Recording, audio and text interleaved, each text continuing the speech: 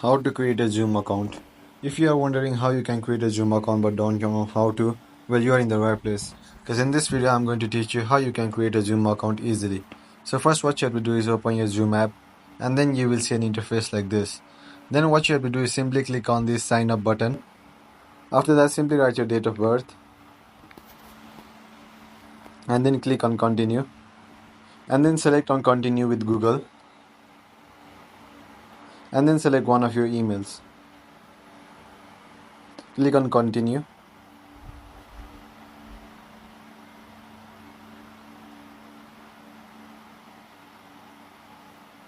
And then simply click on accept cookies and create account.